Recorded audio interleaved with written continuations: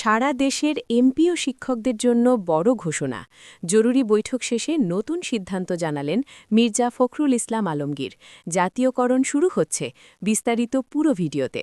আসসালামু আলাইকুম। আপনি যদি একজন চাকরিজীবী হয়ে থাকেন তাহলে পি-স্কেলের শেষ মুহূর্তের আপডেট পেতে চ্যানেলটি সাবস্ক্রাইব করুন এবং লাইক দিন। এইমাত্র মন্ত্রিপরিষদের একটি জরুরি বৈঠক শেষে স্থানীয় সরকার মন্ত্রী মির্জা ফখরুল ইসলাম আলমগীর সাংবাদিকদের সামনে একটি গুরুত্বপূর্ণ ঘোষণা দিয়েছেন।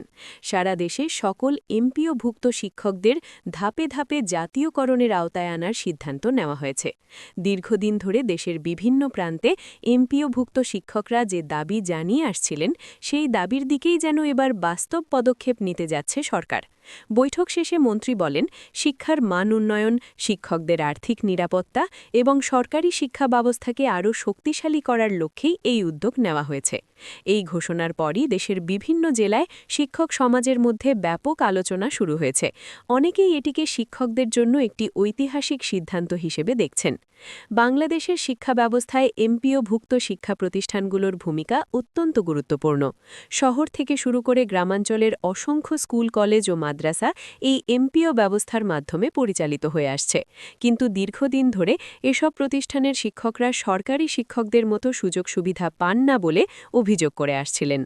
যদিও তাদের বেতনের একটি অংশ সরকার বহন করে, তবুও পূর্ণ সরকারি সুবিধা যেমন পেনশন, উন্নত বেতন কাঠামো, বিভিন্ন ভাতা এসব ক্ষেত্রে তারা পিছিয়ে ছিলেন। তাই জাতীয়করণের দাবিটি বহুদিন ধরেই শিক্ষক সমাজের অন্যতম প্রধান দাবি ছিল। মন্ত্রী তার বক্তব্যে আরও বলেন, এই সিদ্ধান্ত হঠাৎ করে নেওয়া হয়নি। গত কয়েক মাস ধরে শিক্ষা মন্ত্রণালয়, অর্থ মন্ত্রণালয় এবং বিভিন্ন নীতি নির্ধারক সংস্থার মধ্যে একাধিক বৈঠক হয়েছে।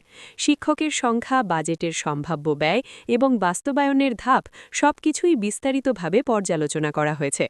সরকার মনে করছে, ধাপে ধাপে জাতীয়করণ করা হলে একদিকে যেমন শিক্ষকদের আর্থিক নিরাপত্তা নিশ্চিত হবে, অন্যদিকে দেশের শিক্ষা ব্যবস্থাও আরও সুসংগঠিত হবে।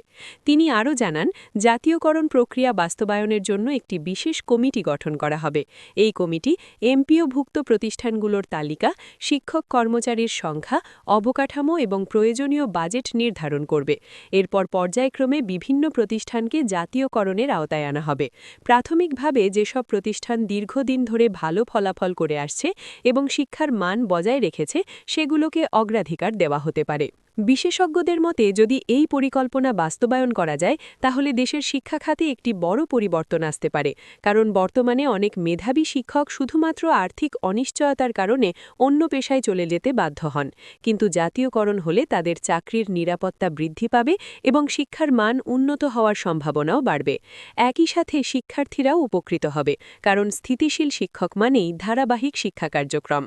অন্যদিকে শিক্ষক নেতারাও এই ঘোষণাকে স্বাগত জানিয়েছেন। বিভিন্ন শিক্ষক সংগঠনের নেতারা বলেছেন, এটি বাস্তবায়িত হলে দেশের লাখো শিক্ষক কর্মচারীর জীবনে ইতিবাচক পরিবর্তন আসবে।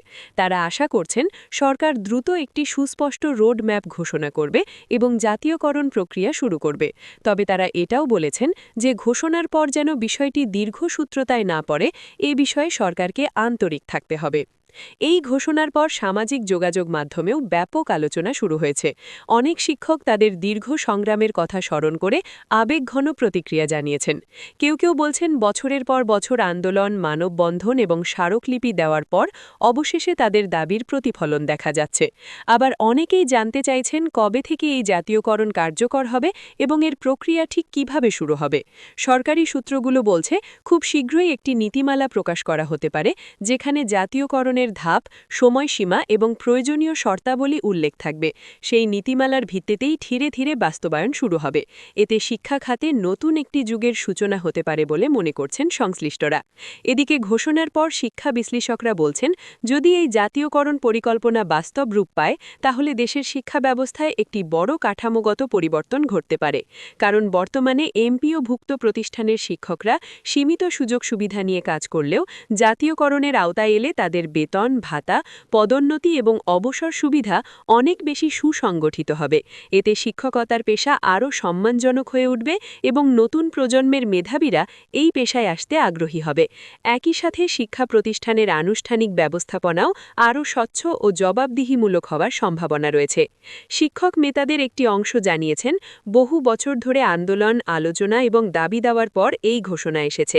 তাই তারা এখন চাইছেন দ্রুত একটি সুস্পষ্ট নীতিমালা প্রকাশ করা হোক, যাতে কোন প্রতিষ্ঠান আগে জাতীয়করণের আওতায় আসবে, কিভাবে শিক্ষক কর্মচারীদের অন্তর্ভুক্ত করা হবে এবং এই পুরো প্রক্রিয়া কত সময়ের মধ্যে সম্পন্ন হবে, এসব বিষয় পরিষ্কারভাবে উল্লেখ থাকে।